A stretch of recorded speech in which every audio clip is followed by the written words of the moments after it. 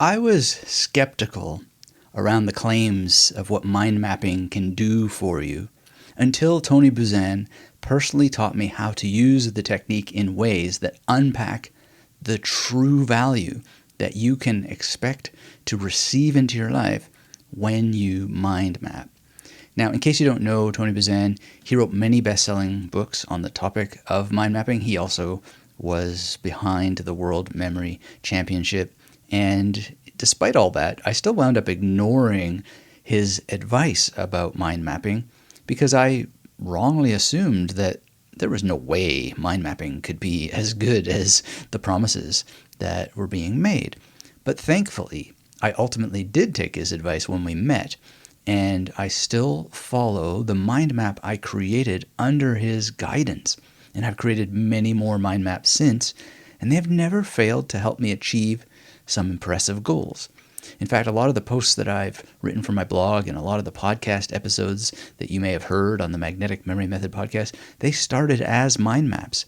But not just any kind of mind map. They have a number of the special ingredients I'd like to share with you today so that you can use them as well. This is Dr. Anthony Metivier from magneticmerrymethod.com. Thank you for joining me on the Magnetic Memory Method podcast.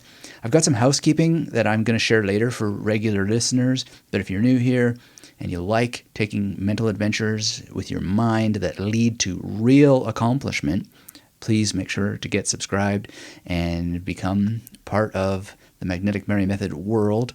It's a bit decentralized and, it's a product of the internet era, but we have had many, many wonderful experiences together when I release new episodes, when I do things live, when just whatever is happening, like when I was able to interview Tony Buzan and was able to hang out with him. Wonderful things emerge, and you can be part of that in the decentralized world of the internet, which is not so decentralized when we think about it as a map. And when we get together to do the mapping, which is part of the mandate of the Magnetic Memory Method and the podcast, is to have as many of us using special tools for memory, for creativity, for getting things done, things that are worth doing done. So with all that in mind, let's dive in and just spend a minute talking about what mind maps are and how they can help you. So as with many things in this confusing world, many different people define mind mapping in a variety of different ways. I really love the definition that Tony Buzan gave because it started to make sense to me after I started to follow some of his laws of mind mapping. He said that mind mapping is a means of radiant thinking, of allowing your creativity to go supernova. Those were his words. And in a book called Mind Mapping Mastery, he defined mind mapping like this. It was initially an innovative form of note-taking that can be used in any situation where linear notes would normally be taken, such as attending lectures, listening to telephone calls, during business meetings, carrying out research, and studying. However, it quickly became clear that mind maps can also be used for groundbreaking design and planning, for providing an incisive overview of a subject, for inspiring new projects, for uncovering solutions, and breaking free from unproductive thinking, amongst many other things. So that's just a wonderful overview, and in my experience, mind mapping does offer all of those outcomes, and it can also help boost memory. But what's interesting is that Buzan says that he ultimately abandoned mind mapping for memory in favor of mind mapping for the outcomes that I just recited through that quote. Personally, I've always thought that that decision was a bit premature, but I appreciate his focus on this is what mind mapping is good for, and I'm going to just make my career devoted to that. But I have found that it is useful for memory, and I'm excited to share with you different ways that mind mapping can help with memory improvement. But for this episode, I want to focus a lot on the benefits and give you some tips as we go along the way. You really want to follow your instincts through your own personal practice as we go through a lot of these tips. They're only going to make sense if you actually do them, which is what I had to do. Or at least I find they only make sense, or they make sense intellectually, but they don't make sense practically without that implementation. So we just want to not overthink and talk ourselves out of certain things because it is such a it's such a problem what we do to ourselves is that when we talk ourselves out of doing things. So, Buzan told me, he said, always focus on what can go right. And that's been in my ears a lot lately, in my mental ears, because it is in a time when, errors are so easy to make, easier than ever before. And so I would just really encourage us all of us to focus on what can go right, but actually implement. All right, so one of the major benefits is really making career and business planning make so much more sense. And I created a mind map with Tony that mind mapped out the work that I'm still doing this day, and I look at it all the time, not just to remind me of what's going on because I remember it quite well, but to remind me of his call to adventure and his encouragement to do what I'm doing. So in terms of you being able to see the mind map, you can come and find and search benefits of mind mapping on the Magnetic Memory Method podcast, and there's a page where there's a written version of what I'm sharing with you today, and you can see it. And when I look at it, I see at a glance the project, the different pieces and parts of the project, and the mandate, which is that it's for the world. And, the image might not make sense to other people, but I have just drawn so much inspiration from it, and you can as well by just having a go and using it for business planning or career planning. And one of the things that you do, and it was one of Buzan's ideas, was to have a central image and then have tributaries that come out of the central image. And tributaries, you might want to think of them as arms, or you might want to think of them as indicators of different parts, dashes. I'm not sure what you want to call them, but I follow his idea of the tributary, and I make them colorful on my own mind maps, and they're really, really powerful. And if you want to achieve your goals, mind mapping will help, because you really, really want to be able to see the production of your vision with your own hands. I really believe that from my own experience, but also there's various scientific reasons why. Like, for example, there's things like micro actions. So we often get stuck and we don't take movement forward because we're locked in our heads. But a micro action takes us one step further because we've done something. And doing something is bound to be more successful than doing nothing, right? So it's really, really important to think. And I'm never going to diminish the power of thinking, but we also want to make production part of thinking. We can think out loud. We can think in color. We can think in shape, even if we don't know how to draw. So you'll see if you visit some of my mind maps, and I'm adding a new video today to the page for this podcast where I talk about different ways that I've used mind maps as memory palaces, and that's another benefit. So make sure to visit that if you really want to see all of this in action. But remember the principle. Every mind map I've ever created is an experiment in a micro step towards the next step and the next step. And anytime I feel locked, like I'm overthinking things, I use mind mapping to take that step. And sometimes I decide as a result of the micro action to not take further action. Because mind mapping doesn't have to be some magical thing that leads you to the future and everything works out. It can also be I see what this is all about. This has way too many steps, way too many complexities. This just isn't for me. And that's a beautiful thing to realize, because then you can go on to the next thing, and you will eventually find the thing that you can do. You can find your existing competence so that you're actually able to pull something off, because you're basing a goal on competence that you have, rather than chasing goals that really need to be premised or have a prerequisite of establishing skills first. So I've been able to succeed over the years with the podcast and the blog that I do because I based it all on a skill I already had. I wrote a website when I was in undergrad. That website never went online, but I learned about what websites were because a professor was very, very kind to me and allowed me to create one as an assignment. And it had to do with explaining an Ezra Pound poem, and I made a hypertextual version of that poem And again, it never went online, but it created in me a existing competence so that when it came time to work on websites, I understood through lived experience and through some kind of implementation what I was getting into. So mind mapping can help you base whatever it is that you want to do in terms of your career planning or developing a business on your existing competence and help you see where you don't have that competence and then decide whether you're going to get it or not develop the competence or move on to another area. And it's basically a way of revealing what you don't know or what you're not thinking about. And it's very, very, very, very powerful to do. So if you want to achieve goals, mind mapping is undoubtedly going to help. Another little tip here that I found very useful is to keep the mind map that you develop that is going to help guide your goals in view, and that'll help maintain your focus. So make a space for it in your office, make a space for it wherever you're going to see it. Make it the desktop image on your computer. Whatever the case may be, it's very, very useful to be able to see your mind map regularly because it will refresh your brain cells. We often starve ourselves of exposure to the most helpful tools that we have by locking them up in folders on computers.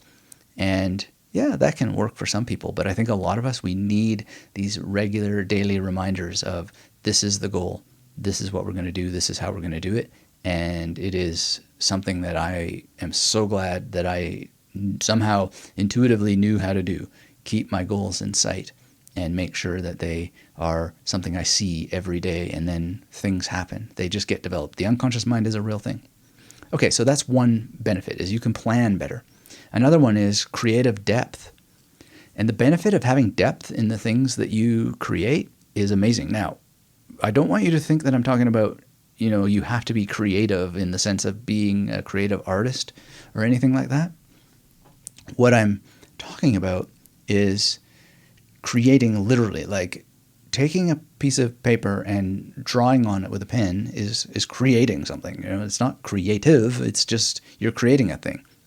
And when you write a book, you don't have to be creative. You can write a book that comments on something else. And when you make a connection between 2 points, like you've observed a relationship between something, well, by making that connection, you're creating the connection in terms of writing down your observation. So I think a lot of people would be much more useful to our society if they didn't think, well, I'm not creative, I couldn't possibly write a book or whatever. You actually don't really need to be creative in any special sense other than you just write down sentences that connect ideas that are there based on your observations. That is creative, right? Lynn Kelly made this point, and she made it personally. It's not on the podcast that we recently recorded about her book, The Knowledge Gene. She made that point personally when my wife was showing Lynn one of her paintings, and she said, well, I just copied the painting. I'm not creative. And Lynn said, no, you made a connection. That's the definition of creativity. So I hope that you will hear that deeply. And now here's why mind mapping can help add depth to the creative connections that you make.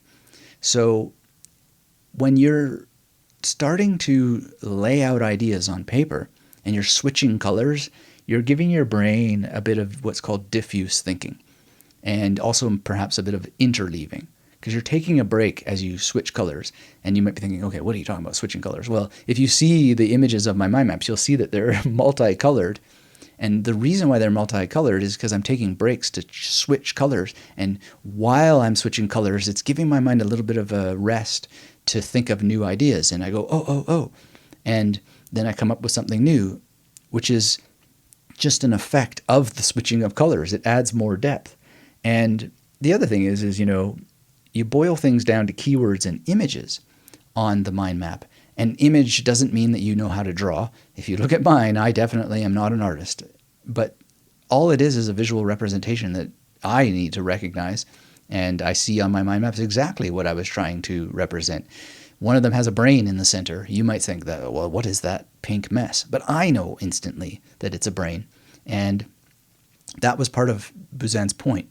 You now allow yourself to see things at a glance, and they are instantly meaningful to you.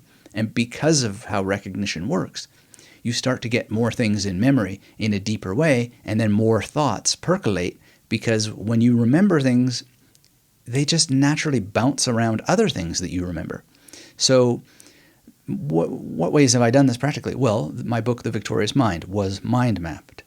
My novel, the memory detective novel called Flyboy, it started as a mind map. The whole series started as a mind map, and people liked Flyboy, and one of the reasons they liked it is because it has this depth to it.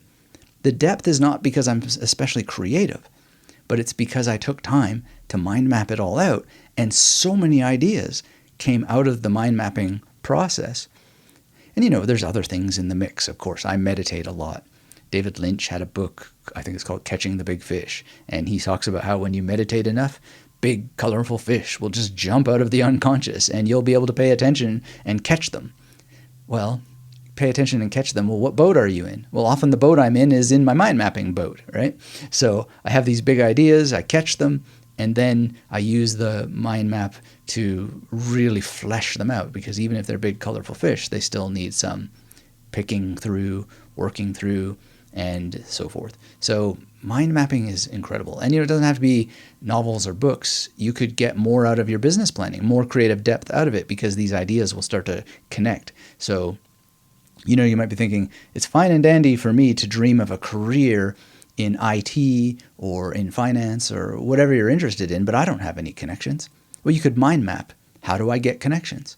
And then in that process, because you're bringing depth to it, you might realize that actually you have more resources than you could ever need. You might remember, I remember reading an email, and this guy was talking about a network for business professionals to socialize or whatever. And then you go and search and you find that email, and bang presto, you now have a resource that you had forgotten about. That happens. But if you're locked in thought and your thoughts are resisting you and just saying, no, this isn't possible, well, then that might be true. It might not be possible. But by mind mapping, this depth starts to reveal itself. Now, is it going to reveal itself the first time you sit down and mind map? I don't know. But the time to get started is immediately, so that these things can start to happen for you. Okay, so the benefit of note-taking is the third one that I'd like to discuss with you. And a great way to take notes is to basically read a book and then mind map it.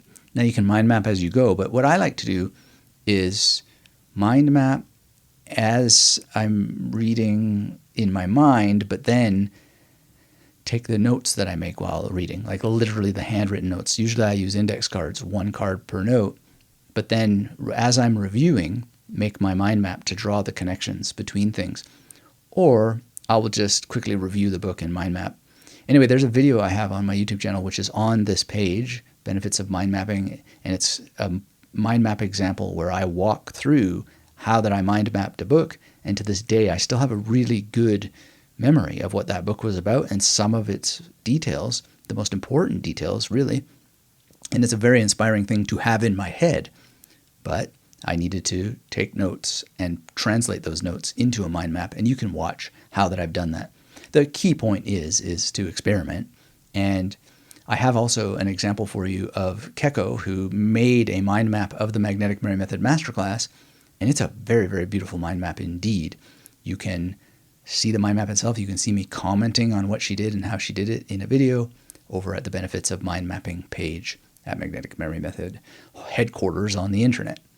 Now, the fourth benefit is spaced repetition, and this is something that Phil Chambers reminded me of when he was talking about mind mapping and using it as a kind of spaced repetition device. It's not software. You created it with your own hand with paper, but his book, 101 Top Tips for Better Mind Mapping, is really cool, and this is basically what he suggests.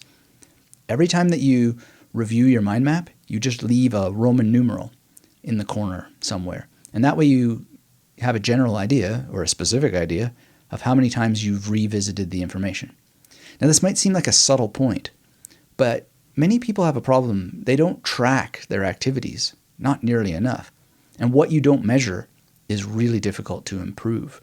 So when students ask me, I'm having trouble and I've tried this and it doesn't work, I usually ask them, well, how many times did you try? For how long? And they often can't tell me, or they'll say, well, just once, and then I gave up.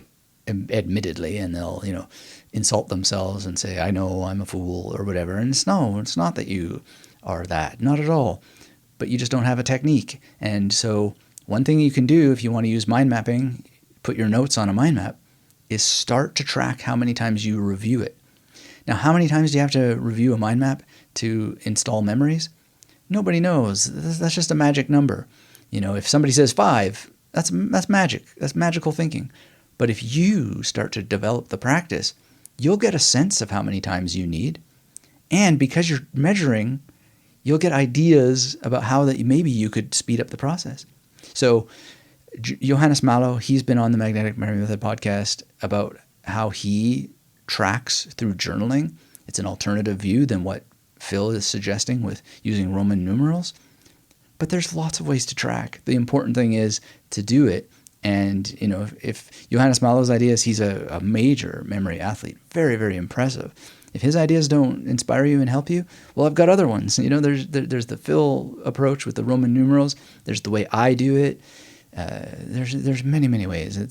The problem that we live in this world is there's just an abundance of information, and people are getting confused. Do I do it this way? Do I do it that way? And they're starting to just gather ideas and not implement them as much because we don't have formal education opportunities where we're trapped in rooms together so that everybody's doing an activity and at least we get through it. We don't have that benefit. We have to do more on our own.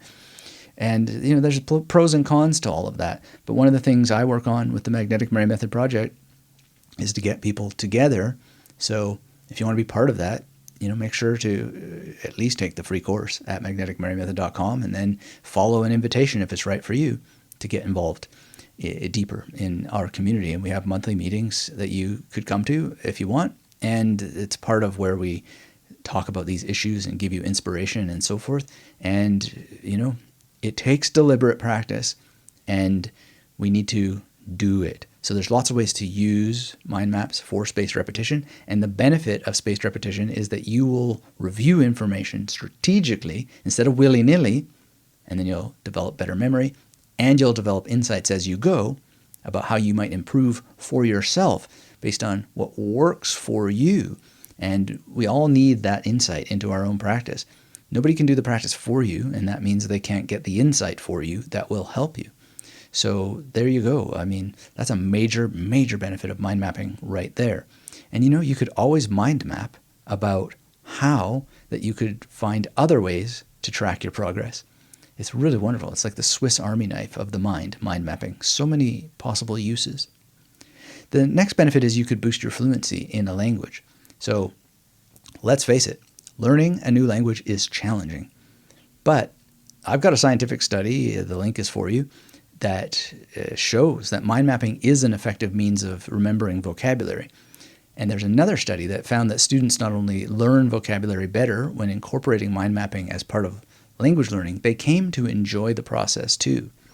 So if you want to follow the links for that, they're on the blog page. And, it's just wonderful. But I also have my own experiences when and I know this is anecdotal, but I actually have the document. I passed level 3 in Mandarin Chinese a few years ago, and I've shared one of the mind maps that I used, and I mind mapped a lot of Chinese characters and a lot of Chinese vocabulary. There's approximately 300 words involved in passing level 3, and mind mapping helped so much. Now, I did things a little bit different. I didn't use a central image for this because with Mandarin characters in particular, I just needed more space for the different parts. But I had so much more fun, just like the study suggests. And I passed. I passed with 99%. That was amazing. And I believe the only reason why I missed one question is because the exam was at 6 p.m. and I am getting older, and I was very busy, very tired. I sometimes get up at 4 a.m. and I work all the way until I had to leave for the course and had to leave to go and take the final exam. That's not bad. That's not a bad result in the context. Anyway, this process will help you with language learning because of what mind maps do. They allow you to see the many parts of what it is you need to remember at a glance, and you can review with the process that we just talked about, the review process, which is very, very powerful. So you're able to treat the mind map as a mental journey, and you can use very, very established, reliable memory palace principles. And there is a new video on my YouTube channel, which will be featured on the benefits of mind mapping page, if you want to watch that and have an easy way to find it, where I talk about making memory palaces and mind maps work together. It is something wonderful, and the comments that have come in have, especially from more senior members of our community, have been really touching, because people, we age, and sometimes things get less easy to manage in our minds. And I am certainly finding that, as I just mentioned. I mean, this was some years ago, but passing level 3 at the age I was at the time, with so many responsibilities and working so hard, it really helped. I still used memory palaces, but the mind mapping part made it much easier to be able to do the mental navigation. So I turned these mind maps into memory palaces, and like I said, I got a great result. 99%, I'll take that any day, and I wouldn't have gotten it otherwise. I'm convinced I wouldn't have gotten it any other way. So if language learning has ever been too challenging for your tastes, inject some mind mapping into the process, and I think you're going to have an amazing adventure as a result. Now, speaking of the art of memory and using memory palaces, that's another benefit. It can help you master using memory palaces. So one thing you can do is, people say, well, I don't have enough memory palaces. I couldn't possibly achieve the kinds of levels that you're talking about because I only got one memory palace. Well, you could mind map a series of ideas that help you find more memory palaces. And, you might still not have as many as you would like, but I'll bet you have more. In fact, I can guarantee you'll have more, because the memory palace, is adaptable to mind mapping. So if you would mind map out just a couple of ideas of other memory palace options you could possibly use, what you're going to find is that you could use that mind map as a memory palace itself. You just have to take a few minutes to learn how that the mind mapping and memory palace techniques work together, which you have that opportunity and invitation to do so today by searching up the benefits of mind mapping page for this episode. I know I'm repetitive with all of this. Come on over to the site. I have to be. I mean, that's the way that it works. It's a project that is made possible by the people who support it through being part of the magnetic memory method world. So that brings us to the housekeeping part of the day. And I am working on a book about mind mapping now, and it's going to have things that I haven't talked about on any of my podcasts or videos or blog posts about mind mapping before. It's a bit premature to let people know about it, and I've gotten in the habit of letting people know about things that I'm working on way too soon, but I do that anyway, just to let you know that things are on the go, and there's things to look forward to that are getting closer and closer to being released. But the internet has become so unstable recently, and you may or may not have heard about that. I don't want to dwell on the problem. I want to do what Tony Buzan says, and he said, he's passed away now, unfortunately, but it's been in my ears awfully loudly lately, which is always focus on what can go right. So when I think about and I mind map about what can go right, I think about the community that I have worked at building and how I can improve building it so we all get together so that we're all on the same page. And obviously I need to keep writing books because I have so many ideas, and books are a fundamental tool. And there's some research that has, come out recently about why some people struggle with reading. And I don't want to go down that rabbit hole, but someone named Jared Henderson was talking about it on his YouTube channel recently about why people have stopped reading. And it has to do with a period of teaching where they did an experiment to remove phonics from how people learn how to read. And I don't know if mind mapping could be part of helping people who missed out on phonics so that they can find reading as exciting as I do and as interesting as many of us do, so that they want to read more. I really don't know. But what I want to work on is how could we get enough of us together to do more experiments and get the people who struggle with reading to help experiment. And I need, buy-in, so to speak. I need to know if that's of interest to you. And one of the best ways for me to know that is for you to be part of my email list, essentially, and to be engaged in it, opening emails and answering the things that I'm saying, and also visiting the website, following these links, because we're in a time where the independent creator is being deprecated from the face of the internet, and it may change, it may come back, and it may not. So I would, and I'm maybe just not saying it directly enough, I don't know, but I would encourage you that if you care about the kinds of things that people like me have been putting out over the last 14, 15 years, try to see if you can find a way to get more deeply involved in whatever way that is possible for you, but be consistent about it. Help boost people's content by hitting those like buttons, being subscribed, sharing on whatever media you have. And I know a lot of people have said, I would like to share, but I don't use these media. And that's fair enough. And I don't know what to do if that's the case. I mean, I'm not saying go and open these accounts so that you can share. That would be counterproductive. But other ways that you can be involved, go to your libraries. And the people who, like me, have created books with your own independent means without having a publisher, you can get a lot of our books in libraries. You just need to ask. And that helps. It helps so much. Not only does it help preserve our work for a longer period of time, but it means more people have a chance to stumble across it. And I thank all the people who have already asked for my books to be in libraries. It's a wonderful thing. And I focus on books because they're the most compact way, really, to get through information as quickly as possible, provided you can read. Anyway, that's one thing. And I hope to do a mind mapping live course in the future. I want to get this book done first so that it can be a guide to the course itself, and get together and do some mind mapping. At the same time, courses, they seem to increasingly need to be not so much about information delivery, but helping make sure that people implement and follow through. And I have to work on making myself a better teacher in that dimension. I mean, I was a professor, not a teacher. And professors do what? They talk.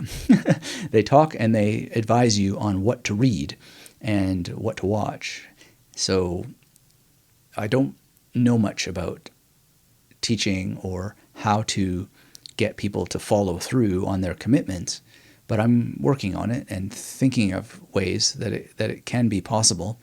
And I won't go into the ideas that I have so far, but you may know some of them, such as the Memory Detective game, which is based around the world that I created for the Memory Detective novel Flyboy. Now, people really liked that, and the whole thing is that I'm just not that pushy, I guess, because I asked for some testimonials about it, and I got some, but I didn't feel like I got enough that was really going to start a revolution for memory improvement games. So that's another sort of soft suggestion here that maybe I should be harder about, but I don't like to be extreme or dramatic because the world is not falling apart and the internet is not exactly falling apart yet. So really, one thing you can do is if you've gone through any of these experiences with any content creator that you admire and you've benefited from, make videos that talk about your stuff and offer them, or talk about their stuff and what you've enjoyed from it, and share it with them and allow them to make it part of their content, because that really, really helps when humans see humans. And we're going to need more of that because there's going to be a lot of people out there who are using AI-generated testimonials and so forth, and we're just going to stop trusting each other. So while we have the chance, let's build up a repository of human-looking things. And I put my own action where this is. Today I tweeted forward. I mean, it's just tweeting on X, but it's an effort, right? Something about Christian Book, who was a professor of mine, and he does impossible things. I mean, he's literally been able to inject poetry inside of biological cells and try to get them to interact. And he has, is involved in things that have to do with getting poetry onto satellites that go out into space. That's tackling the impossible. And I just try to boost that, promote it. And he's not ready yet, but in a couple months he'll probably be on the podcast. Lynn Kelly has been on the podcast with The Knowledge Gene. And that's my own way of doing what I'm asking you to do. I get these people on the podcast. It takes time. It takes effort. It has to be edited and then promoted. And, I just do all that I can. And I would really, really encourage you to get involved in whatever way that you can to make your voice known, that you're a human who cares about human-created content, independent content, if it's independent, if it's good stuff that is through traditional publishing and legacy media, etc., boost that too. But I would encourage everybody to get more involved. And so that's my appeal in a housekeeping kind of way. And beyond that, there's many, many things that I've created in the past. And I know that our world is, because I am too, we're so into the new. And it can be very difficult to get your brain to read old things. And we always want them new, new, new. I do too. That's normal. But we want to think too about the old things and make use of them. So if you've got unread books by myself or anybody else, read them. Get into what you already have and then boost it. Make the old new by engaging in it. And along those lines, the final note. I have been working on, and I'm close to being finished, a version of Peter of Rowena's The Phoenix. Now, you may never have heard of this, or maybe you have, but it's a very old memory book, and it's very short. So in order to get more, because some of my projects are just getting so long and involved, like a mind mapping book is a big undertaking, but to just get something new out there, because new is necessary, and I like new too, I have made a new version. So it's called Phoenix Reborn, and that's going to come out as soon as I can get the audiobook recorded, and I've recorded some of it so far. I might even get that done today, but as I age and after, I think it's 14 years now of doing the podcast or videos. The podcast is not 14 years old, but I've been doing videos for a very long time now. Before I started Magnetic Memory Method, I had a different channel, and I was a lecturer before that. I was a professor. I taught, and I've used my voice for a very, very long time, so it's getting harder and harder for me to do as much recording in a day as I used to be able to do. So I might not get the Phoenix audiobook done today, but as soon as I can get it done, it will be there, and it will make the Phoenix live again, because it's a really interesting memory book, and it's short. You can go through it very, very quickly, either the EPUB version or the audiobook, and I would love to do a print version, but the issue is that it's almost too short to do print, and I myself, if I was a consumer buying my own books, I would think, why did you even bother making a print version of this? Why not wait until you do the next Reborn? So I'm going to work on reviving some of these older books and make them new with my commentary on them. And I shouldn't say I'm going to. I hope I am supported, and it's my wish to be supported in doing it, which comes from people being involved in the work that I'm doing. So that's why I'm making this appeal in the disguise of housekeeping. And I know a lot of people have already given so much, but that's just the way it is. I just got the new Michael Connelly novel, and I thought, I told my wife, even if this is crap, I just like what he does and I want to be behind it. And, lo and behold, I'm already 115 pages in, and it's amazing.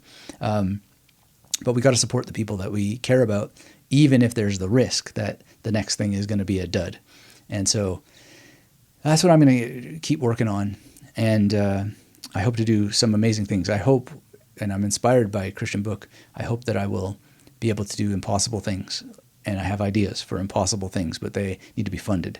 And that's just the way that is, unless I'm missing something. And I don't know that I am. And, Tony Buzan himself did things that got things funded, and it was amazing and inspirational to watch. And he gave me some suggestions and tips around that, and I've been following them. And his advice has been golden. So back to mind mapping.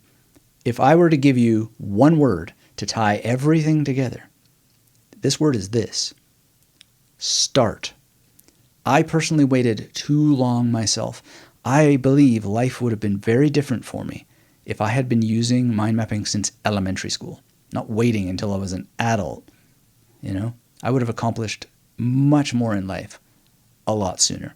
Now, to be fair, I had done something like mind mapping before. It's not so super unique necessarily that you put words on pages that connect, right? Like, but the Buzan style, what he's talking about, it has helped me write many more books faster as a result. It has given me the courage to take calculated risks without worrying so much about them. It's been a tool of mindfulness, which we didn't talk about today as one of the benefits, but it is an additional benefit. And as a result, I've accomplished deeply personal goals that have made life worth living, quite frankly. Because if you know the Victorious Mind, I didn't always think life was worth living. And I've done things that I used to believe were impossible. So mind mapping is not necessarily a magic bullet, but it does just what Tony Buzan promised. It helps make your ideas radiate. And with just a little bit of practice of mind mapping, following some of the little principles I've shared today, and I hope you'll follow up by looking at the images and watching the videos by visiting the post for benefits of mind mapping on magneticmerymethod.com. If you just put this into action, you have a chance to have your ideas going supernova, just like Buzan promised. And if you'd like more about making your memory go supernova, well, that's what magneticmerymethod.com is all about. So now you know more about why I think mind maps are so great, and the benefits are involved in getting them by taking action. So I'm confident that you're going to love what happens when you yourself take action consistently. And all I have to say is, what do you say? Are you ready to start mind mapping in a supernova way? I hope so. Thank you for listening, and until we have a chance to speak again, keep yourself magnetic.